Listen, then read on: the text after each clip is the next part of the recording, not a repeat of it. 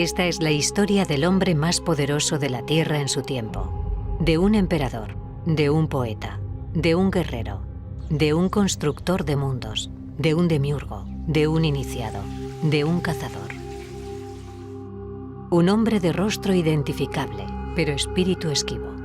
Un hombre que viajó toda su vida, que edificó y legisló, que amó y sufrió quizá más que otros. Un creyente que se preparó para la eternidad. Adriano gobernó el Imperio Romano durante su época de mayor expansión y gloria. Fue un político con un plan ambicioso para su reinado. Diseñó el futuro. Adriano supo que la época de la expansión había tocado a su fin. Él, a cambio, ofreció la era de la consolidación. Un equipo de las universidades públicas de Sevilla lleva muchos años tras sus pasos. Juan Manuel Cortés Copete capitanea el grupo. Se trata de un conjunto de investigadores expertos en diferentes áreas como la historia de las religiones o las lenguas clásicas. Un estudioso inglés definió a Adriano como el más desconocido de los grandes emperadores romanos. Y aquí está una de las claves para entender nuestra tarea, de redescubrir la profunda intervención del emperador en una línea de transformación que el imperio estaba viviendo es nuestro objetivo fundamental. Hacer comprender que el emperador impulsó definitivamente y decididamente un proceso de integración cultural como nunca se había vivido. ¿Qué imagen tenemos de Adriano? La primera y más clara es sin duda la que proyectó la escritora francesa Marguerite Yourcenar en su novela Memorias de Adriano. Una imagen que no coincide con la realidad, aunque se apoya en textos clásicos como la Historia Augusta. Para algunos investigadores, la imagen que de Adriano forjó Marguerite Yourcenar es demasiado frívola. En la novela se nos presenta un personaje excesivamente narcisista, que a veces parece no tener otro objetivo que su propia satisfacción.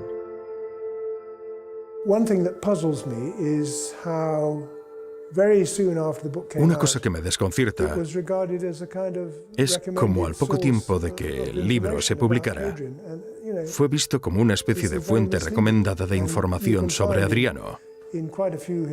Y eso es muy engañoso.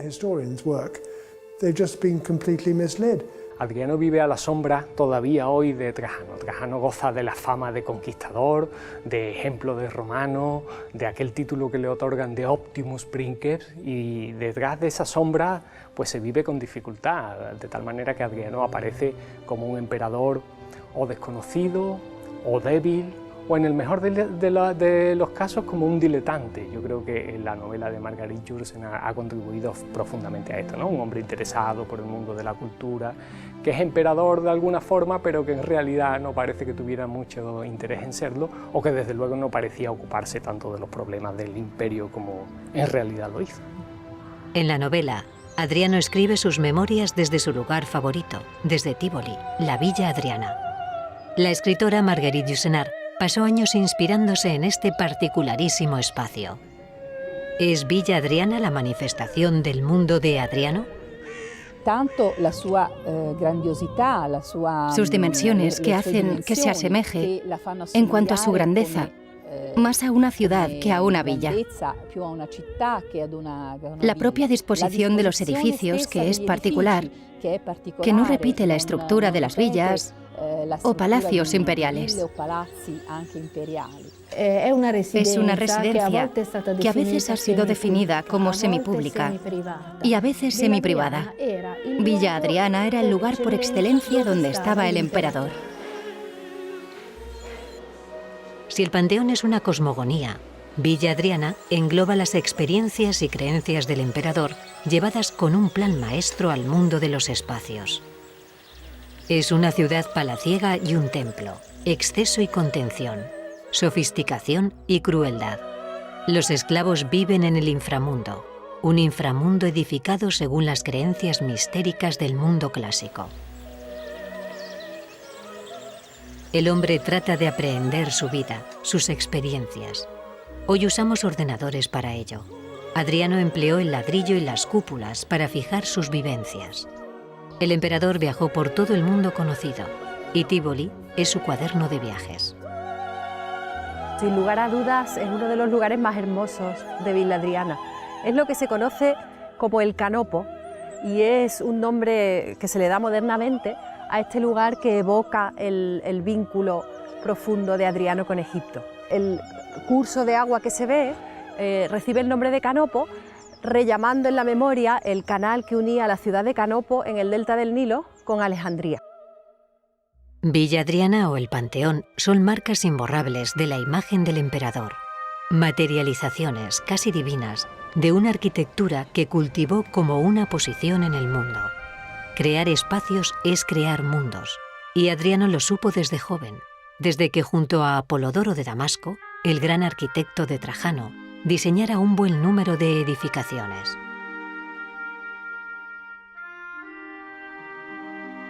El reinado de Adriano es una explosión de obra pública.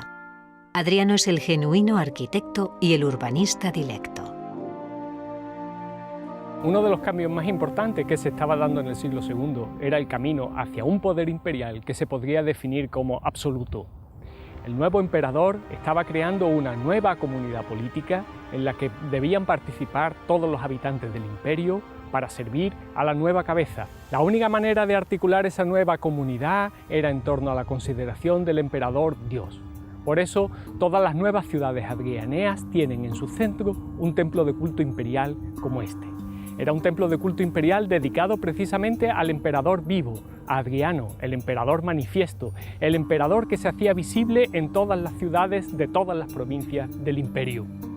Posiblemente en este templo se prestaban culto a otros dioses, sin duda alguna Júpiter, posiblemente también Trajano, el padre divinizado que había dejado en el trono Adriano, pero el eje de la nueva ciudad, el eje del nuevo templo, era el propio emperador Adriano.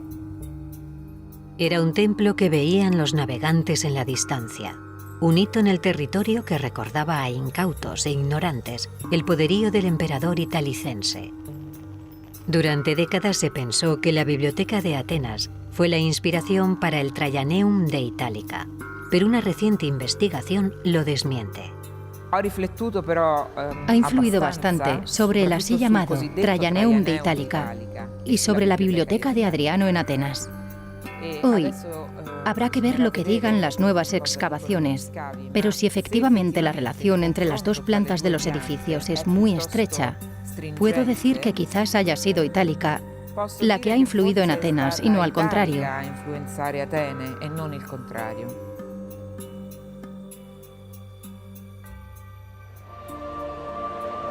En la Abadía de Montserrat, en Barcelona, dentro de la colección de documentos orientales de la Fundación Rocapuig, se conserva un relato fantástico en el que se presenta a Adriano como un gobernante magnánimo. El papiro egipcio, escrito en latín, es un documento de valor excepcional y nos da una idea sobre la imagen que se tenía del emperador tras su muerte. Es un papiro curioso porque no se trata de un rollo, que es lo normal en el caso de los papiros, sino ya de un volumen, es decir, de un libro en el sentido nuestro de la palabra. Está fechado en el siglo IV y narra una pequeña historieta acerca del emperador Adriano. Adriano es acusado de haber envenenado a alguien por un tal Recio Varo. La acusación es falsa, entonces Recio Varo es condenado al destierro. Nombrado emperador, Adriano hace una especie de vuelta al mundo. Adriano es un emperador muy viajero y hace su primera vuelta al mundo mediterráneo. En este viaje se encuentra con Recio Varo y Recio Varo lo increpa, porque encima es un hombre de carácter muy agrio. El emperador se apiada de él. Hay que reseñar que hay un personaje de época adrianea, Laverio Máximo, que es desterrado a una isla, al igual que el antagonista del papiro de Montserrat. 1500 años después, encontramos una ópera de Pietro Metastasio, Adriano en Siria, ambientada en Antioquía. Adriano acaba de llegar al trono y debe solucionar problemas maritales. Sobre ese libreto se hicieron muchas versiones. Una de ellas, por ejemplo, una versión que realizó Pergolesi y que fue estrenada en Nápoles en 1734 en honor de Isabel de Farnesio, la madre de Carlos, el rey de Nápoles, que después sería Carlos III de España. Pero además de eso, pues hay otras muchísimas versiones de esta ópera que se centra en los momentos de la proclamación de Adriano como emperador y que toma algunos acontecimientos que aparecen en la historia augusta y los interpreta para darnos la imagen de un emperador magnánimo que hace prevalecer su labor como gobernante por encima de sus intereses personales, porque está enamorado de la hija del rey del lugar, pero renuncia a ese amor por su compromiso con Sabina.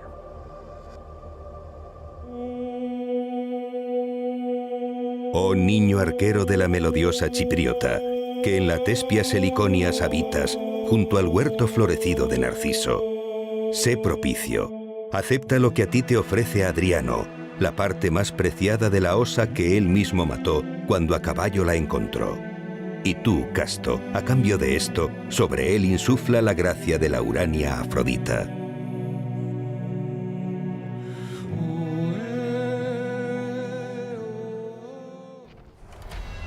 En Turquía podemos seguir los pasos de Alejandro Magno y los de sus seguidores Trajano y Adriano. Cada uno de los emperadores hispanos tiene algo de Alejandro en su manera de ver la vida. Trajano es un gran conquistador, el primero que somete Asia desde los tiempos del Macedonio. Ni Marco Antonio ni Craso lo habían conseguido. Adriano quiere un imperio estable, en paz. De Alejandro parece haber heredado el gusto por la cultura oriental y por su hibridación con la occidental. Es un hombre culto y busca la sofisticación allá por donde va. Imita el comportamiento de Alejandro tras la muerte de Hefestión, cuando perdió a su favorito, Antínoo, al que convierte en el último héroe de la antigüedad. Sigue los pasos de Alejandro en Asia. Refunda ciudades y construye edificios públicos dentro de complejos programas urbanísticos. Hoy en día puede disfrutarse de su obra por toda Anatolia. Algunos autores piensan que en realidad Adriano a quien emula es a Augusto. Por ejemplo, restauró el templo que tenía dedicado en Tarraco durante su visita del año 122, visita en la que acaeció un peligroso incidente.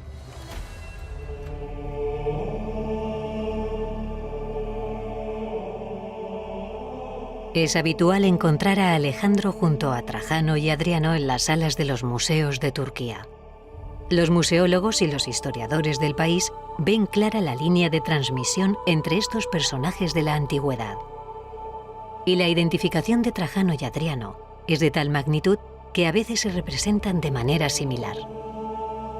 Es una convención que Trajano se esculpe sin barba, ya que muestra los valores clásicos romanos, mientras que Adriano siempre es tallado con el vello facial y el pelo, al modo griego. Pero en Turquía, en los museos de Antalya y de Éfeso, hemos encontrado dos casos que rompen esa pauta. El ejemplo de Éfeso puede pasar desapercibido, ya que se trata de una moneda. En cambio, el Museo de Antalya nos muestra un espectacular conjunto escultórico musealizado con un gusto exquisito. Se trata de las esculturas del teatro de la cercana ciudad de Perge. Ahí, a la vista de una icónica escultura de Alejandro Magno, podemos observar a Trajano con barba en 3 esculturas. Adriano había reformado y ampliado la ciudad de Perge unos años después de su subida al trono. A fin de cuentas, toda la historia de la sucesión del imperio tras la guerra en Partia se había desarrollado allí. En el siglo II, después de Cristo, el Oriente, desde la actual Turquía hasta Siria y el Líbano, conoce una época de gran prosperidad, de gran riqueza. El siglo II es el siglo del Oriente. Se pone en marcha un mecanismo singular. Adriano viaja por un territorio muy amplio, que ya era próspero, al que más tarde se concederá atención particular, precisamente por el interés que puso Adriano en el Oriente.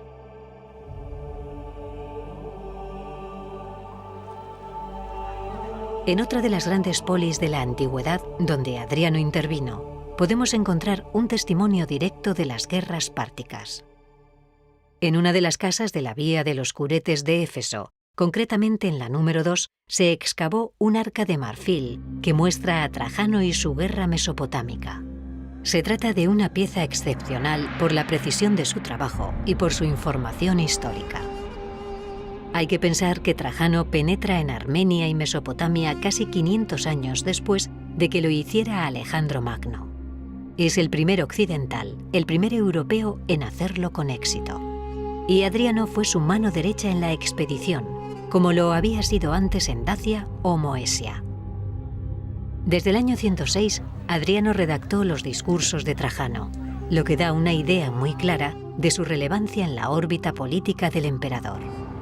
Pero ya había desempeñado cargos de gran responsabilidad anteriormente por orden de Trajano, prueba de que lo estaba preparando para el gobierno del imperio.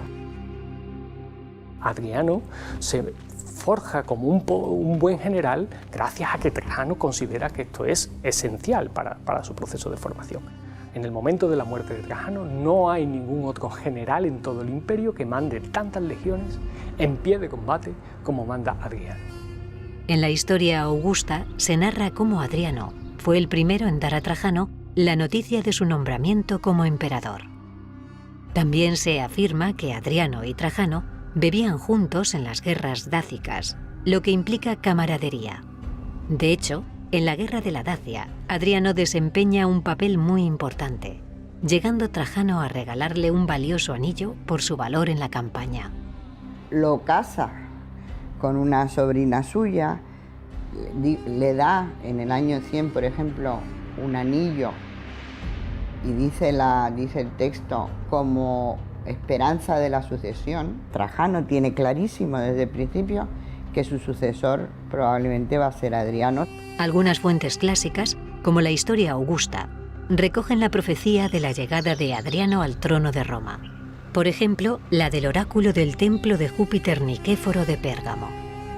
La sucesión entre Trajano y Adriano lleva dando que hablar desde que se produjo. La noticia circula rápidamente, sobre todo después, en el caso de Adriano, cuando accede al trono. Su llegada no agrada inmediatamente al Senado. Y hay ciertamente un momento, digamos, de crisis, hasta tal punto que Adriano es considerado casi como un usurpador. La historia augusta nos dice que Adriano supo que había sido adoptado por Trajano el 9 de agosto del año 117. 2 días después habría recibido la noticia de la muerte de su padre adoptivo, según la misma fuente. Se acepta comúnmente que Trajano murió el 8 de agosto, cuando regresaba de Partia. Los plazos, como se ve, son escasos. Un inmenso reino de 60 millones de habitantes se vio en riesgo de dividirse o descabezarse. La capital, Roma, sede del Senado, está a miles de kilómetros del sur de la actual Turquía, lugar en el que se van a desarrollar los acontecimientos más importantes de la sucesión. Trajano muere en Selinuti, la actual Gazipasa. Adriano está cerca, en Antioquía, desempeñando su cargo de gobernador de Siria. Allí es aclamado por el ejército como nuevo imperator. La suerte de una nueva era estaba echada. Este documento de Alejandría recoge el hecho sucesorio. Los generales más cercanos a Trajano se encuentran entonces en diferentes lugares del Mediterráneo. Toda esta historia recuerda a Alejandro Magno y a los hechos acaecidos después de su muerte en Babilonia. Quizás algunos de los generales de Trajano, como Lucio Quieto o Palma, esperaran una división del imperio o implantar una dictadura militar. De hecho, se hizo una conspiración que motiva el asesinato de los 4 senadores que se le echa siempre en cara del principio de su imperio, ¿no? Adriano empleó 11 meses para llegar a Roma. Entre otras cosas, tuvo que sofocar una rebelión en la Dacia.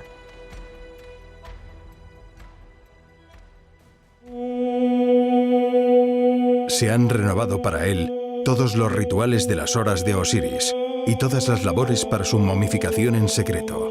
Y toda la tierra fue presa de una justa amargura plagada de eruditas disputas. Adriano, durante su reinado, magnifica el legado de Trajano. Termina todas las obras que su padre adoptivo había empezado, como el magnífico templo de Pérgamo.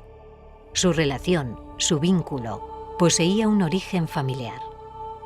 Adriano es italicense, de nacimiento, pero se ha dudado y se duda de ello, y la cuestión debe ser aclarada. Lo que sí parece fuera de toda cuestión es que el poder de las élites hispanas del siglo II marcó el signo del imperio. Se discute si existió una dinastía Ulpio-Aelia, pero no se pone en tela de juicio la potencia económica y la fuerza del lobby hispano, si se nos permite la expresión. La economía de la Bética fue la catapulta que necesitaban las élites hispanas para tomar el poder en el imperio. En la profundidad de Sierra Morena se encuentra la ciudad ibero-romana de Mulva Munigua. La minería fue tal vez una poderosa fuente de riqueza para la familia Elia, para el clan de Adriano. Las minas de hierro de Munigua fueron explotadas durante décadas. Su valor de mercado era altísimo. A lo largo de los siglos se formó una opinión muy clara en Roma, que es el dominio de la península ibérica para quedarse. Y para quedarse, sobre todo, para explotarla de forma económica. En ese momento ya Roma había desarrollado la idea de crear un imperio, es decir, de dominar prácticamente el mundo. En ese ambiente, pues la provincia bética juega un papel fundamental en la medida que es, tal vez no sea el principal explorador para minerales, pero sin duda para aceites y para productos de la agricultura. La ciudad de Munigua es una rara avis en el panorama urbanístico romano en la península. Parece más un santuario que una urbe. Sus templos, en terraza, se enfrentan especularmente al paisaje, recordando al santuario de Preneste, en la actual provincia de Roma. Todavía hoy puede colegirse su esplendor pasado al contemplar los estucados de sus paredes, sus panteones extramuros o los altares de la colina principal. ¿Nació la fortuna de la familia de Adriano en este lugar? Adrianus se apellidaba Elius, es de la familia Elius, y los Elii debieron de ser una familia bastante extensa que tuvo posesiones en diferentes regiones de la Bética, entre otras también aquí en Munigua. Los tenemos muy bien atestiguados ya desde el siglo I avanzado. Es una familia que tiene aquí posesiones, seguramente minas. La cercana Itálica es el elemento central de la hispanidad de Adriano y de la de Trajano. Ahí se encuentran las pruebas y las incógnitas. Adriano benefició a Itálica, según la mayoría de los indicios, pero ¿nació allí? Y Adriano regala a Itálica casi, entiéndase que pongo esto entre comillas, casi es una refundación de la ciudad. Itálica ya tenía una solvencia incluso arquitectónica, pero no hay duda de que llega Adriano y hay una especie de explosión de riqueza y también, supongo yo, de bienestar. El legado que Adriano dejó a Itálica, en forma de ampliación monumental, cambió la faz de esta ciudad que había sido fundada por los escipiones tras el final de las guerras púnicas. Lo que empezó apenas como una guarnición militar llegó a ser una esplendorosa urbe en el siglo II. Casas, el teatro, el anfiteatro o el magnífico templo dedicado a Trajano así lo certifican. Es posible que Adriano visitara Itálica en el año 122. Ese año realizó un gran viaje por una parte del imperio. En Galia perdió a su caballo, Borístenes, al que dedicó un poema. Su viaje a Hispania comenzó en Tarraco, con un episodio que bien pudo haber supuesto la muerte del emperador. Un día, durante un paseo, es atacado por un esclavo con problemas de salud mental.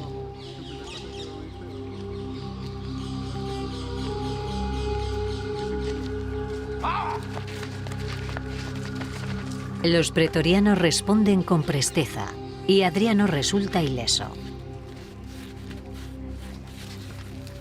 Después, indulta al esclavo.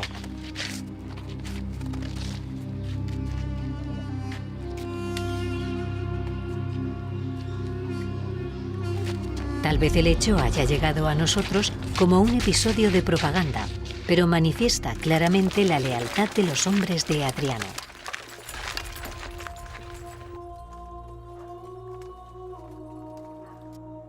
Lo que sí está demostrado documentalmente es que Adriano visitó la patria de su madre, Gades, y es probable que hiciera una vistosa ofrenda en el cercano templo de Hércules Melcar. Esta pieza aparece fortuitamente en los años 20 del siglo pasado como consecuencia de una voladura del pecio de Rompetimones en la zona de Santipetri. La pieza tiene una gran importancia arqueológica, no es frecuente encontrar piezas de bronce de esta envergadura, de esta época. La escultura, la Toracata, presenta la figura de Océano en el pectoral, una iconografía que se puede ver habitualmente en el mundo clásico. El océano lo rodea todo. El propio Panteón de Roma, cosmogonía adrianea, vendría a significar eso, la integración de la totalidad en un cuerpo esférico. El templo de Hércules, en el que Adriano homenajea a César y probablemente al océano, es otra forma de reafirmar el símbolo. Tierra rodeada de mar, esfera celeste.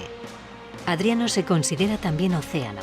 Mira al atardecer, al sol poniente, al rojo alquímico, como lo mirara el mismo Alejandro. Es el reino de la Medusa.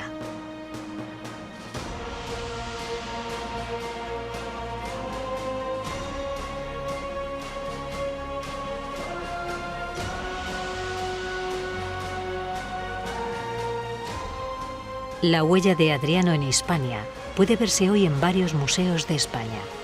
El Museo Arqueológico Nacional, el Prado, el Museo de Mérida, el de Sevilla y el de Tarragona son los lugares más conocidos para ver bustos del emperador. Pero hay un emplazamiento inesperado. Es posible que en la visita de Tarraco, de la que se habló antes, esa en la que Adriano sufrió el atentado, tuviera un invitado inesperado. Un magnífico busto del emperador nos pone tras la pista de una derivada muy interesante. Un busto de Adriano que se excavó en Yecla, Murcia. Desde el punto de vista de la cualidad es magnífico, tiene toda una serie de detalles, toda una serie de acabados, de interés por el refinamiento, por la finura, que le acredita como, sin duda alguna, una de las mejores retratos procedentes posiblemente de talleres imperiales realizados del emperador. La epigrafía, en pequeño grado de momento, pero nos está informando también, nos está aportando una serie de datos, donde se nos dice que esa persona que es propietaria de esa villa, que se permite tener el busto del emperador, pues en principio parece que ostenta un par de cargos importantes, ¿no? Estamos hablando de un duoviro y estamos hablando de un flamen augustal.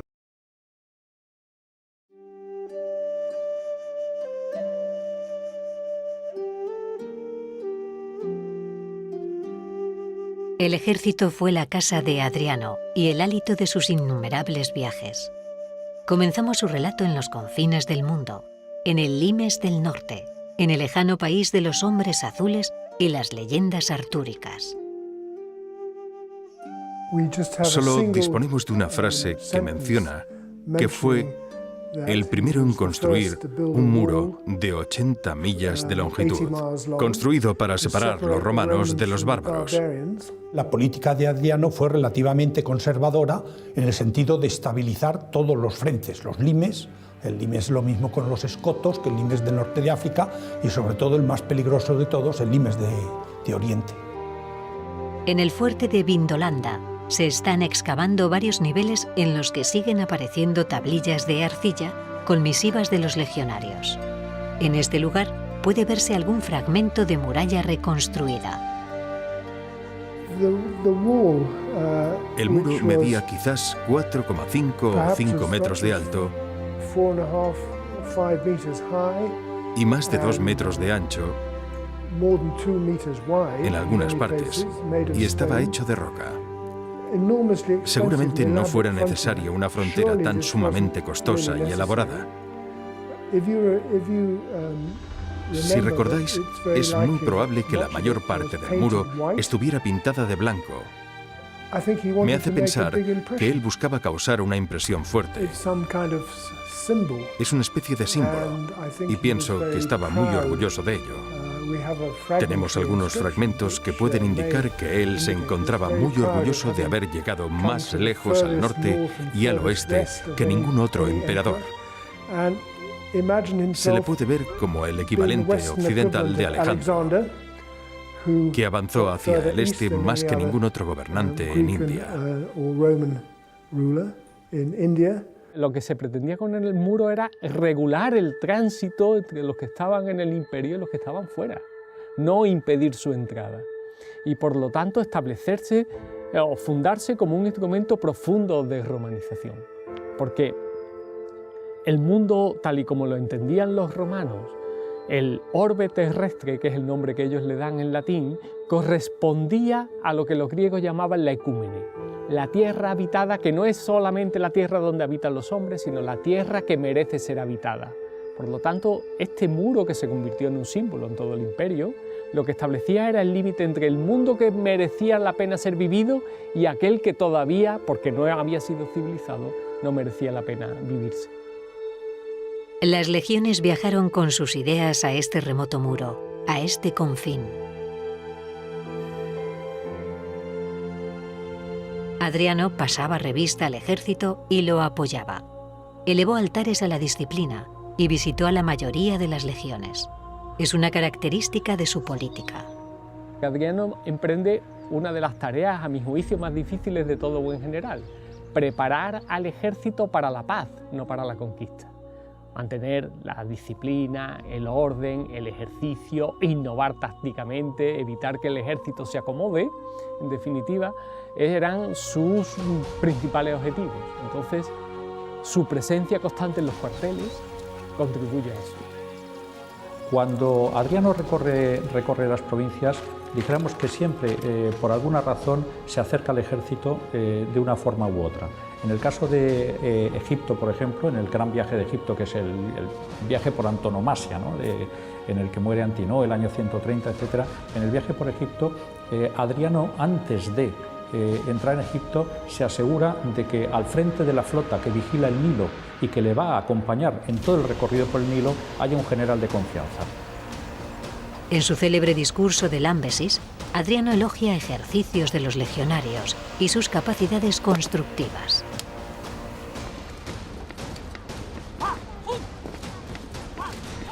Es evidente que Adriano nunca descuidó al ejército. Lo que sucede es que para él, que había participado en casi todas las grandes conquistas de Trajano, el ejército pasó a un estatus más disuasorio, lo que no implicó un olvido de sus conmilitones, sino más bien lo contrario.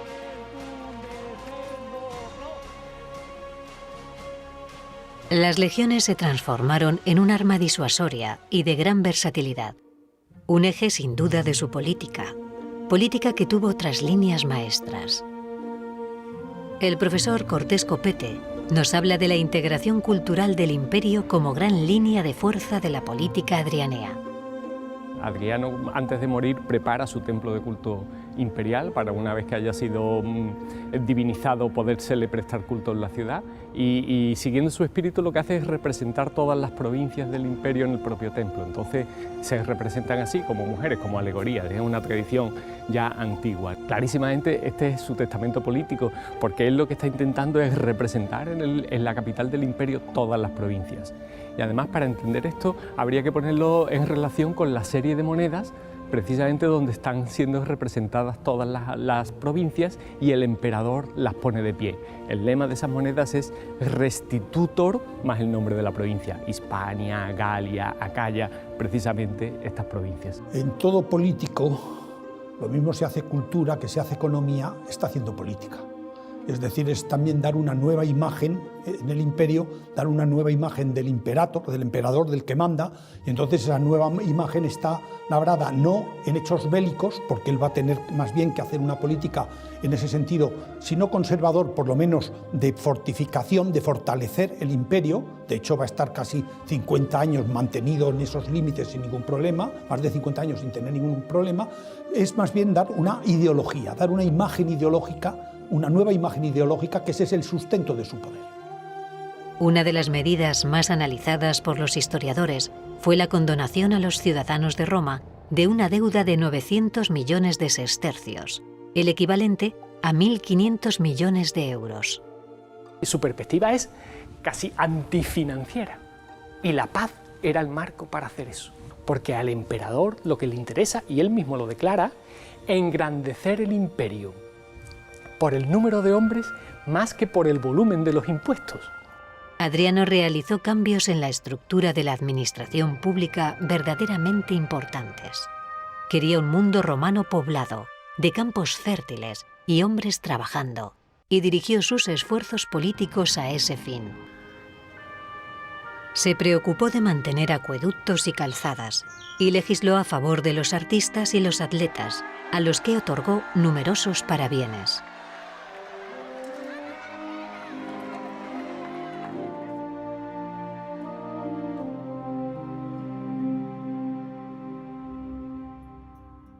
En el ágora romana de Atenas, disimulada por la falta de indicación, se encuentra inscrita en un pilar la llamada Ley del Aceite de Atenas. Esta ley del aceite parece que tuvo su traslación escrita en la ciudad ibero-romana de Cástulo. Y no fue el único tema de orden práctico que Adriano legisló en Grecia. La relación de Adriano con el mundo griego es intensísima, favoreciendo el emperador a toda la Hélade. Al convertirse en arconte, Adriano asume la magistratura más importante de Atenas, e incluso de Grecia, porque naturalmente Atenas era una suerte de capital moral de Grecia. Lo que los investigadores denominan como greicidad fue un elemento clarísimo de cohesión social y cultural, un sustrato de legitimidad para la política adrianea. Pero Adriano es el primero en transformar una actitud propia y personal en una estrategia de poder. Esta es su grandeza, porque transforma a Grecia en un modo de pensar culturalmente la política. Adriano había sido un enamorado de la cultura griega desde su juventud y dedicó gran parte de sus viajes y recursos a ocuparse de los griegos. Él veía en ellos el espíritu prístino del mundo clásico, su manifestación espiritual, religiosa y filosófica, la cuna de la plástica y de la forma de estar en el mundo. Aquí en Grecia y en Atenas y en la literatura del siglo V y del siglo IV, en la filosofía, en el pensamiento político, se encuentra una idea que conforma profundamente nuestro mundo. El hombre solamente puede ser hombre si es capaz de desarrollar todas sus capacidades artísticas, literarias, humanísticas, económicas, políticas. Eso es lo que significaba Grecia. Grecia es el antimodelo de la servidumbre y de la esclavitud, es el modelo de la libertad política y de la plenitud del ser humano. Y él se viene aquí a buscar esto para lanzarlo a todo el mundo romano. Tanto que la educación en griego se dice paideia, pero se traduce al latín como humanitas, lo que nos hace profundamente humanos. En Antalya construyó la magnífica puerta de la ciudad, que todavía hoy causa admiración por su armónica fábrica. La mayor parte de Perge se edificó bajo su reinado. Plancia Magna, una poderosa señora del lugar, continuó el proyecto edilicio de Adriano. Perge había sido fundada tras la guerra de Troya, según noticias que parecen más míticas que reales. En Perge se mantienen en pie un ninfeo y su puerta monumental de época helenística. Éfeso es un proyecto muy personal de Adriano. Allí construyó el templo a Trajano y el suyo propio. La vía de los curetes o la biblioteca de Celso no serían lo mismo sin él. Adriano salvó a la ciudad varias veces de la bancarrota y pagó el dragado de su puerto. Las ciudades de la costa Anatolia eran griegas a todos los efectos en tiempos de Adriano. Adriano considera todas estas ciudades como centros griegos. Es verdad que antes de amar a Atenas y de caer enamorado de Atenas, Adriano sintió una gran pasión por Éfeso. Y esto está bien atestiguado.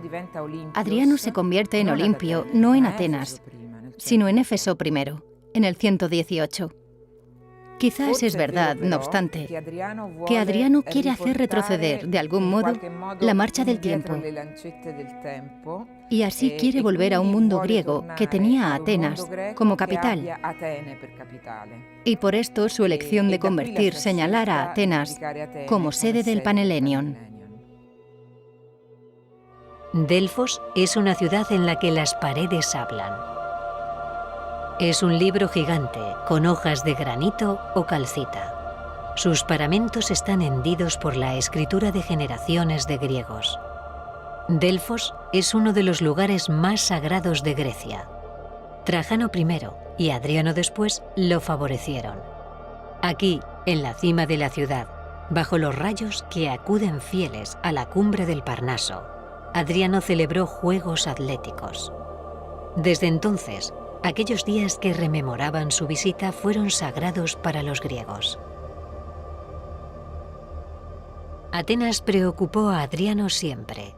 El único hombre que, como un dios, tuvo una estatua dentro del Partenón fue Adriano. Porque Pausanias, cuando entra en la sala del Partenón, dice: he visto la estatua de Atenea Partenos y solo una imagen con Atenea Partenos dentro de la cella. Y esta imagen es la estatua de Adriano. En Atenas, la tribu Sergia, a la que pertenecía Adriano, pasó a ser la número 13 de la ciudad. En este teatro de Dioniso, que de alguna manera es el corazón vivo de la ciudad, se colocan 13 estatuas del emperador, cada una levantada por una tribu. La imagen central está montada sobre una inscripción que es anterior a la llegada de Adriano al imperio. En el año 112 el emperador está aquí como un privado y se convirtió en arconte de la ciudad. Y entonces la ciudad reconoce ese honor, un honor muy singular, porque la primera parte de la inscripción está en latín y contiene todo el cursus honorum del que va a ser el emperador. Esto es un monumento singular, no existe de ningún otro emperador que yo conozca. Existe una inscripción previa a la llegada del poder con todo el cursus honorum. Y debajo, ahora en griego, dice: la ciudad de los atenienses a su propio arconte. Yo creo que esto tiene una interpretación muy sencilla. En el 112 los atenienses sabían, o intuían al menos con cierta seguridad, que Adriano iba a ser el sucesor de Trajano. La ciudad con la que Adriano se encuentra es una ciudad muy pequeña que se había convertido solo en un centro de provincias respecto a las grandes ciudades de Anatolia, Éfeso y esas otras. Atenas se había convertido en una ciudad de provincias y Adriano hace muchísimo para colocar Atenas en el centro del imperio y para que Atenas volviera a ser una capital. Trabaja, surte a la ciudad de agua con el acueducto que construyó y que fue terminado por Antonino Pío. Y esto tuvo que suponer un gran cambio para la ciudad. Y sobre todo, Atenas vuelve a ser una capital, porque Adriano elige Atenas como sede del Panhelenion. En el año 132, se creó una institución, el Panhellenion, cuya finalidad era reunir a todas las ciudades griegas en Atenas, tras un intento fracasado en Delfos.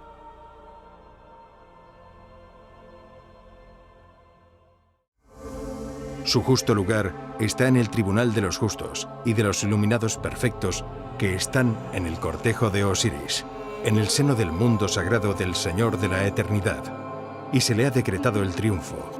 Ellos asientan su forma sobre la tierra y sus corazones se complacen en él. Cuando va al lugar que quiere, los porteros del más allá le dicen: «Alabado seas». Ellos descorren sus cerrojos y le abren las puertas delante de él, por toda la eternidad, todos los días, porque esa será la duración de su existencia. Griego fue también, aunque de Bitinia, en la región del Mar Negro, su favorito Antínoo. Para seguir la historia de Adriano y el muchacho, hay que subir a una de las colinas de Roma, al célebre Pincho sobre la Plaza del Popolo. Allí, un obelisco escrito en egipcio clásico narra su historia. El monumento estuvo erigido en Antinópolis, en Egipto. Este es una de las piezas más impresionantes de la época de Adriano, porque es un obelisco egipcio. Los emperadores romanos habían traído muchos obeliscos egipcios, pero este es muy peculiar, porque está hecho ex professo. No se trata de un obelisco antiguo que haya sido traído, sino que ha sido escrito por orden del propio emperador. Y lo que se cuenta en él es un proceso todavía más interesante, que es la muerte, la divinización de Antínoo y después la fundación de la ciudad. Es decir, que tiene un profundo sentido egipcio. Como es conocido, Antínoo se ahoga en Egipto, posiblemente en el marco de un ritual de muerte vicaria, es decir, muere Antínoo para que el emperador siga teniendo vida, y eso lo convierte en un héroe que se refleja aquí en la teología egipcia. Egipto es un lugar lleno de posibilidades en todos los sentidos. Egipto es una referencia cultural de primer orden en el Imperio Romano. Egipto es un lugar lleno de posibilidades espirituales, religiosas, rituales, artísticas. Es un lugar que actúa como un imán para todos los corazones sensibles, las almas sensibles del imperio. Y Adriano, sin ninguna duda, no podía dejar pasar Egipto en sus viajes. De hecho, estuvo allí en torno al año 130, y allí tuvo lugar, sin duda, uno de los episodios más señalados de la vida de Adriano, que es esa famosa muerte por accidente, o no por accidente, del joven Antínoo. O lo sacrifica, como dice también Dion Casio, él solo está dispuesto a ofrecerse como sacrificio sustitutorio para la vida del emperador. Y esta es la razón por la que Antínoo se convierte en un héroe.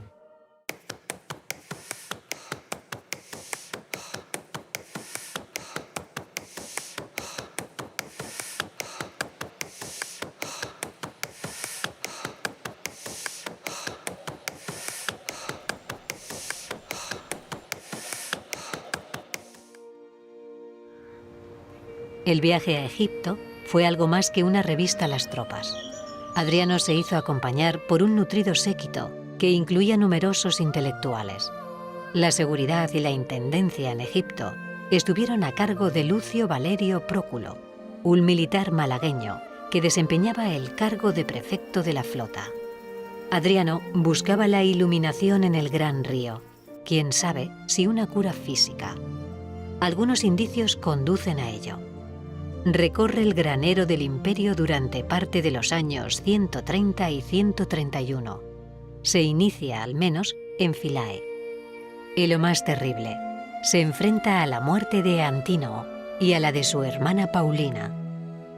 La emperatriz lo acompañó, y quizás la poetisa Acilia Balbila, de quien se rumoreaba que era amante de Vivia Sabina. Balbila escribió algunos de los poemas en griego grabados sobre las piernas del coloso de Memnón. Adriano y su séquito se desplazaron hasta la antigua Tebas para oír el canto del coloso al amanecer. Memnón, según los textos, saludó 3 veces al emperador, que correspondió su gesto. Con la emperatriz Vivia Sabina, el proceso requirió de una persuasión activa por parte de Acilia Balbila, según aparece reflejado en el poema tallado en la pierna de la monumental escultura. Adriano buscó en la antigua religión egipcia porque anhelaba la otra vida.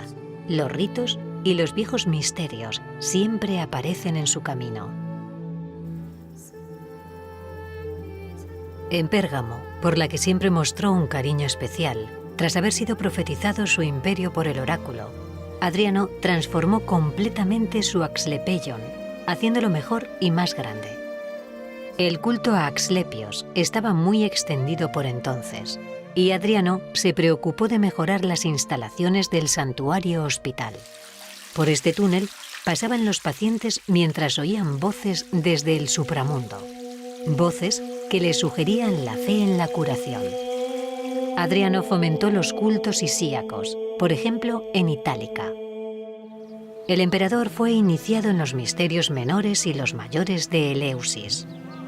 El segundo nivel, verdaderamente el Sancta Sanctorum, los misterios de los misterios, en cambio estaban abiertos a pocos. Y Adriano alcanza también este segundo nivel. No sabemos en qué consistían exactamente los misterios eleusinos, pero muy probablemente estaban relacionados con un discurso del renacimiento y de la inmortalidad.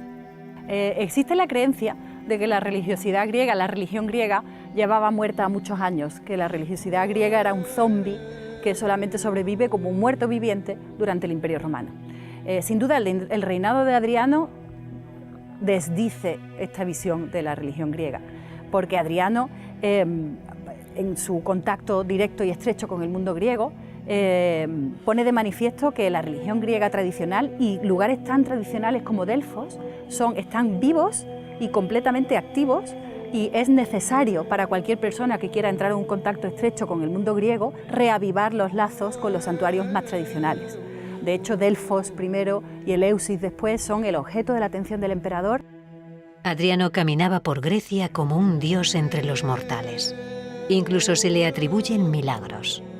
Aparece un dios que pueden ver, ¿no? Incluso hay algunos testimonios en los que los propios fieles dicen: a este dios lo veo, a Zeus es al que no veo, pero a Adriano lo veo paseando por las calles. Pero es un dios, no es un hombre. Eso para nosotros es difícil de entender.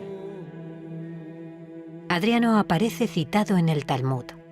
No obstante, tuvo graves problemas con los judíos, lo que le llevó a una larga guerra contra Simón Bar Kokhba. Una guerra de 6 años que casi alcanza el final de sus días. Un conflicto que requirió hasta la intervención de legiones destacadas en Britania. Tras diferentes avatares, Antonino Pío fue nombrado como sucesor de Adriano. Adriano escribió un discurso a su alma, su adiós a la vida. En su lecho de muerte, está pensando en otro viaje más, en el último. Le pregunta a su pequeña y querida alma errante, ¿a dónde quiere ir ahora? La respuesta es triste. A lugares que son oscuros, fríos y brumosos. Animula, vagula, blandula. Hospes comesque corporis, quonunca vivis, in loca pallidula rigida nubila, necut solis dabis iocos.